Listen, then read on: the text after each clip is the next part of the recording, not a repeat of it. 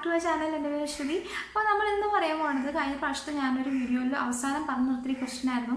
നിങ്ങൾക്ക് plus two പഠിച്ചുകൊണ്ടിരിക്കുമ്പോൾ തന്നെ NEFT എഴുതാൻ പറ്റും, നിഫ്റ്റ് എൻട്രൻസ് എക്സാം എഴുതാൻ പറ്റും. ഓക്കെ, അപ്പോൾ അതെന്താണ് സംഭവം എന്ന് കുറേ പേർക്കൊന്നും മനസ്സിലായിട്ടുണ്ടാവില്ല, കുറേ പേർക്ക് മനസ്സിലായിട്ടുണ്ടാവും. കാരണം എൻ്റെ മുന്നേ ഉള്ള നിഫ്റ്റിനെ പറ്റിയിട്ടുള്ള വീഡിയോസ് കണ്ട ആൾക്കാർക്ക് മനസ്സിലായിട്ടുണ്ടാവും. ഞാനിപ്പോൾ ഈ ഒരു വീഡിയോ ചെയ്യാനായിട്ട് കാരണം ഒരു കുട്ടി കാരണമാണ് കേട്ടോ. ആ ആളെൻ്റെ അടുത്ത് ആ ഒരു ക്വസ്റ്റ്യൻ എടുത്ത് വന്ന് പറഞ്ഞു, ആളെ പേരൊന്നും പറയുന്നില്ല, എൻ്റെ അടുത്ത് പറഞ്ഞു, ചേച്ചി ഈ ഒരു കാര്യം അറിഞ്ഞിരുന്നെങ്കിൽ ഞാൻ പ്ലസ് ടു ഇപ്പം തന്നെ എഴുതിയിട്ട് എനിക്ക്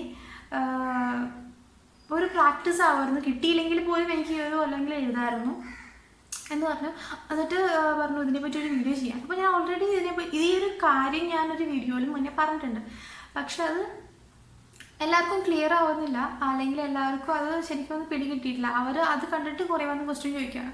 പിന്നെ എൻ്റെ അടുത്ത് കുറേ പിള്ളേർ വന്നിട്ട്, ചേച്ചി ജാനുവരിയിലല്ലാണ്ട് വേറെ എപ്പോഴെങ്കിലും നമ്മുടെ നിഫ്റ്റ് എൻട്രൻസ് എക്സാം നടക്കുന്നുണ്ടോ വേറെ ഏതെങ്കിലും മന്തിൽ? അപ്പം ഞാൻ പറഞ്ഞു ഇല്ല, ജാനുവരിയിലാണ് നമ്മുടെ നിഫ്റ്റ് എൻട്രൻസ് എക്സാം നടക്കുന്നത്. അപ്പോൾ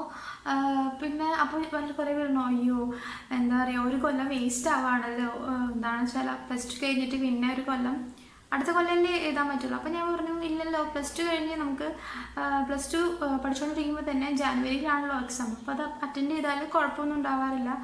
അപ്പോൾ ആ ഒരു ആപ്ലിക്കേഷൻ നോക്കുമ്പോൾ നമ്മൾ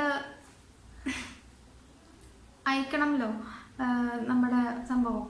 അപ്പോൾ രജിസ്റ്റർ ചെയ്യുമ്പോൾ അതിനകത്ത് പ്ലസ് ടുവിൻ്റെ സർട്ടിഫിക്കറ്റ് അവർ ചോദിക്കുന്നുണ്ട്. പക്ഷെ നമ്മൾ 10ാം ക്ലാസ്സിൻ്റെ മാത്രം വെച്ചാലും കുഴപ്പമില്ല.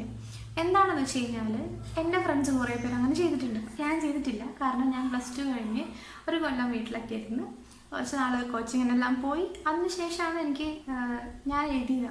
അതുകൊണ്ട് എനിക്ക് പ്ലസ് ടുവിൻ്റെയും 10ാമത്തെയും സർട്ടിഫിക്കറ്റ്സ് എൻ്റെ കയ്യിലുണ്ടായിരുന്നു. പക്ഷേ എൻ്റെ ഫ്രണ്ട്സെല്ലാം, കുറേ പേരുടെ ഫ്രണ്ട്സെല്ലാം പ്ലസ് ടു പഠിച്ചുകൊണ്ടിരിക്കുമ്പോൾ തന്നെ ഇങ്ങനെ എന്താണെന്ന് വെച്ച് കഴിഞ്ഞാൽ, നിങ്ങളിപ്പോൾ പ്ലസ് ടു ആണ്, മാർച്ചാണ് നിങ്ങൾ പ്ലസ് ടുവിലത്തെ എക്സാം വരാം, ജാനുവരിയിലാണ് നമ്മുടെ നിഫ്റ്റിൻ്റെ എക്സാം വരാം. ജാനുവരിയിൽ നിങ്ങൾ എക്സാം എഴുതിയെന്ന് വെച്ചിട്ട് ഒരു കുഴപ്പമില്ല, നിങ്ങൾ രജിസ്റ്റർ ചെയ്യുമ്പോൾ 10ാമത്തെ മാർക്ക് ലിസ്റ്റ് മാത്രം അപ്ലോഡ് ചെയ്യുക, അത് അപ്രൂവ് ആവും, ഒരു കുഴപ്പമുണ്ടാവുമില്ല. എന്നിട്ട് നിങ്ങൾ വെയിറ്റ് ചെയ്യുക. എക്സാം എഴുതിയിട്ട് നിങ്ങൾ ഒരു മെയ് ജൂൺ ആ ടൈമിലൊക്കെ ആയിരിക്കും കൗൺസിലിങ്ങും കാര്യങ്ങളെല്ലാം കംപ്ലീറ്റ് ചെയ്തിട്ട് ജൂലൈയിലായിരിക്കും നിങ്ങൾ കോളേജിലേക്ക് വരാം. ആ ഒരു സമയത്തിനുള്ളിൽ നിങ്ങൾ പ്ലസ് ടുവിന് പഠിച്ചിട്ടുള്ള പ്ലസ് ടുവിൻ്റെ സർട്ടിഫിക്കറ്റ് എല്ലാം കൈ കിട്ടിയിട്ടുണ്ടാവും. ചിലപ്പോൾ CBSE-കാർക്ക് കിട്ടിയിട്ടുണ്ടാവില്ല. അത് ശരിക്കും പറഞ്ഞാൽ കംപ്ലീറ്റ്ലി ഓക്കെയാണ്. വെറുതെ നിങ്ങളൊരു കൊല്ലം കളയരുത്. കാരണം വെച്ച് കഴിഞ്ഞാൽ പ്ലസ് ടു ഈ കാര്യം അറിയാണ്ട് കുറേ പേര് എനിക്ക് മെസ്സേജ് അയച്ചവർ അവർ ഫ്രണ്ട്സായിട്ട് ഇങ്ങനെ ഗ്യാങ്ങായിട്ട് ഇങ്ങനെ എഴുതാൻ നിൽക്കുമായിരുന്നു. പക്ഷെ ഇത് അറിയുന്നുണ്ടായിരുന്നെങ്കിൽ എഴുതായിരുന്നു എന്നുള്ള രീതിയിൽ. അപ്പോൾ ഇനി മുതൽ നിങ്ങൾ ആരും ഇത് അറിയാണ്ടിരിക്കരുത്. നിങ്ങൾക്ക് പ്ലസ് ടു പഠിച്ച് ആ ഒരു ഇയർ തന്നെ ഈ എക്സാം എഴുതിയിട്ട് ഞാൻ കിട്ടുവാണെങ്കിൽ പ്ലസ് ടുന്ന് ഇറങ്ങി ഉടനെ നിങ്ങൾക്ക് നിഫ്റ്റിൽ ചേരാം. അല്ലെങ്കിൽ വെറുതെ ഒരു കൊല്ലം ഗ്യാപ്പ് ഇട്ടിട്ട് നിങ്ങൾക്ക് ചേരേണ്ടി വരും. സപ്പോസ് നിങ്ങൾക്ക് ഈ ഫസ്റ്റ്